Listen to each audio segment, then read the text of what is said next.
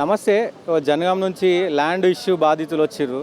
So ఈ రోజు రోజుకి ప్రజాభవన్లో నేను చెప్పినట్టుగా మొన్న కూడా ఒక కేసు చేసినాం ఇట్లాంటిది. సో రోజు 90% ప్రజాభవన్లోకి వచ్చే కేసులన్నీ కూడా ఈ ల్యాండ్ ఇష్యూకి సంబంధించి ధరణికి సంబంధించిన ఇష్యూసే ఎక్కువ ఉంటున్నాయి. ధరణి ఏదైతే కేసీఆర్ తీసుకొచ్చిండో, సో ఆ ధరణి తీసుకొచ్చినాక మొత్తం అంటే ఎవరి పేరు మీద ఉంది, అసలు కబ్జాలు ఎవరు ఉన్నారు, అవన్నీ ఏం తెలియకుండా సో నా ఎంఆర్ఓలు కలెక్టర్లు ఎవరికి పడితే వాళ్ళకి చేసి ఇచ్చారు.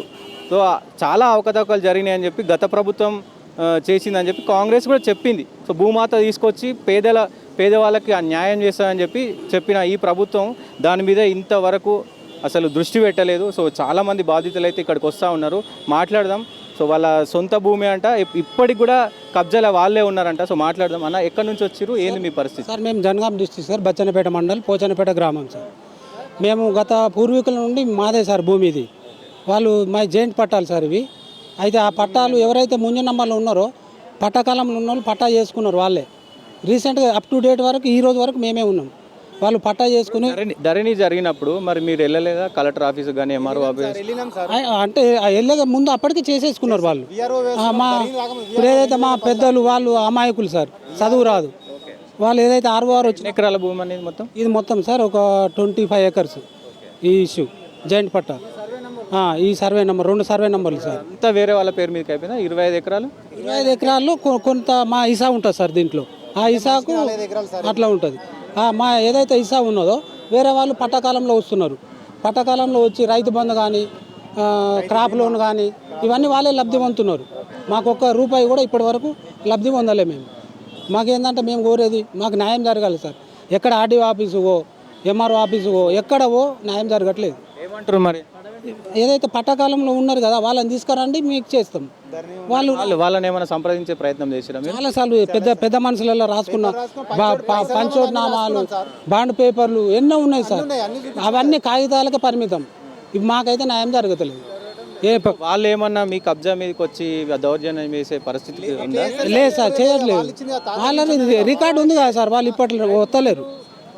రికార్డు ఉంది కాబట్టి ఇప్పుడు ఇష్యూస్ అయింది, వాళ్ళు ల్యాండ్ మీదకి రావట్లేదు. ఏమంటారు లోపల అధికారులు? ఏమంటారు మరి? అధికారులు న్యాయం చేస్తామంటున్నారు సార్. ఆర్డీఓ గారికి చెప్తాము, మీరు కలెక్టర్కి రిఫర్ చేస్తామండి, అక్కడ పోయి మీట్ అవ్వండి అని చెప్పారు. న్యాయం జరుగుతుంది అనుకుంటారా సార్? ఇది ఈ గవర్నమెంట్ చేస్తుందా మరి ఏందో, ఇప్పటి వరకు అయితే ఏ గవర్నమెంట్ చేయలే. మాకు ఈ రేవంత్ రెడ్డి గారు చేస్తారేమో అని నమ్మకం. మాకు న్యాయం జరిగితే సంతోషమే కదా సార్. ఇప్పుడు మేము మా పిల్లల కోసం పిల్లల భవిష్యత్తు కోసం కదా సార్. సో చెప్పండి అన్న, మీరు చెప్పండి. ఇప్పుడు ధరణి అనేది ఆల్రెడీ మన ఈ ప్రభుత్వం ఏంటంటే ధరణి ఎత్తేసి భూమాత తీసుకొస్తున్నారు. ఇప్పుడు సీతక్క కూడా మొన్న ఆల్రెడీ హన్మకొండలో మీటింగ్ కూడా పెట్టింది. ఏంటంటే భూమి మీద ఒకరు ఉన్నారు, పట్టాకు ఒకరు ఉన్నారు, రైతు బంధు ఒకరు అందుతుంది, బీమా ఒకరికి వస్తుంది. గత కాలం నుంచి ఇది కొన్ని సంవత్సరాల నుంచి నడుతుంది, 10 సంవత్సరాల నుంచి చేస్తున్నాం సార్. మాది కూడా ఈ ఫీల్డ్లోకి వెళ్ళి కెనాల్ పోయింది. కెనాల్ ఇరిగేషన్ డిపార్ట్మెంట్ వాళ్ళు కూడా వచ్చారు, మాకు న్యాయం చేశారు. కాకపోతే ఏంటంటే మాకు రికార్డు ఒకటి న్యాయం చేయాలి. మేము ఫీల్డ్లో ఉన్నాం, మాకు ఆల్రెడీ ఎంఆర్ఓలు ఆర్డీఓలు అందరూ ఎంక్వైరీ చేసి కానీ న్యాయం జరగట్లేదు. అందుకే ప్రజాభవన్ దగ్గర వచ్చడం జరిగింది సార్. మరి అది అధికారులు తప్పిదమంటారా, లేకపోతే వాళ్ళు కావాలని చేసుకుర్రా, ఎట్లా? సార్ దానికి ఒక్కటి చిన్న ఏంటంటే ఇప్పుడు మా నాన్నలకు చదువు రాకపోయేటప్పుడు 2010లో ఏంది విఆర్ఓ వ్యవస్థ 2015 వరకు ఉంది. విఆర్ఓ వ్యవస్థ అనేది పైసలు వీళ్ళందరూ ఎక్కడో బతకనికి వేరు, అందరితో మీరు పట్టకాలంలో ఉన్నంత మాత్రంలో ఫీల్డ్ ఇంక్వైరీ ఉండే, ఫీల్డ్ ఇంక్వైరీ తీసేసిరు కదా. ఇప్పుడు ఏది కబ్జా కాలము కాస్తు కాలం తీసేసే వరకు ఎవరికి రైతులు అయితే అన్ని జెయింట్ నెంబర్లు కదా, ఒక నెంబర్ కదా, జెయింట్ నెంబర్లు ఉండే వరకు వారు ఒక్కరికి చేసేసారు. వాళ్ళు చూస్తారు సార్. ఇప్పుడు విఆర్ఓ వ్యవస్థ అనేది భూమి ఇంక్వైరీకి వచ్చి ఫీర్ మీద ఆర్ఐ పని ఏంది ఇంక్వైరీకి వచ్చి స్టేట్మెంట్ తీసుకుంటే ఇట్లా ఉండేపో వ్యవస్థ. అట్లా చేసేసారు, పైసలతో లంచాలతో నడిచింది. అది విఆర్ఓ సిద్ధమల్లయ్య విఆర్ఓతో వ్యవస్థ అయింది. ఇంతవరకు వాడిని సస్పెండ్లో ఉంది ఇప్పటి వరకు కూడా ఆయనే. అంతలోనే ఈ నెక్స్ట్ గవర్నమెంట్ తీసేసింది కదా, ధరణి వచ్చే ఎవరి వాళ్ళకి రికార్డు చెందింది. ఎక్కడి నుంచి అవుతుంది సార్? ఇక ఇప్పుడు ఫీల్డ్ మీదకి వచ్చి ఎంక్వైరీ చేసి న్యాయపరంగా ఎవరి భూమి మాకొద్దు సార్, ఎవరు గెట్టు లోపల ఎవరు ఉన్నారో ఎంక్వైరీ చేసి చేయండి అని కోరుతున్నాం సార్. సో ఇది పరిస్థితి. గతంలో ధరణి వేసినప్పుడు అన్ని సక్రమంగా అంటే ల్యాండ్ అక్కడ ఎవరు కబ్జాదారులు ఉన్నారు, ఎవరు పానీలు ఉన్నాయి, అవన్నీ సెట్ చేసుకోవాల్సింది. దాని ఒక సాఫ్ట్వేర్ని తీసుకొచ్చిర్రు.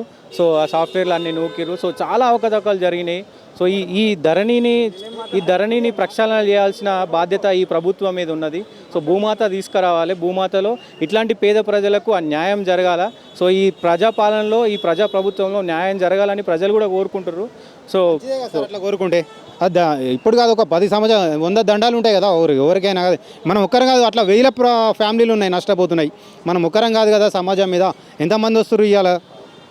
ఇంతకుముందుకు ప్రవాజ్ భవన్ రాని కూడా చేయలేదు, ఇప్పుడు రానిస్తారు. ఇప్పుడైనా ప్రాబ్లమ్ సాల్వ్ అయితే మంచిగా ఉంటుంది సార్. ఏం చెప్తారు ఫైనల్గా ఈ ప్రభుత్వంలో రేవంత్ రెడ్డి గారికి మీరు ఏం రిక్వెస్ట్ చేస్తారని? రేవంత్ రెడ్డికి చెప్పిన పని చేస్తే మనం కృతజ్ఞతలు ఉంటాం. ధన్యవాదాలు.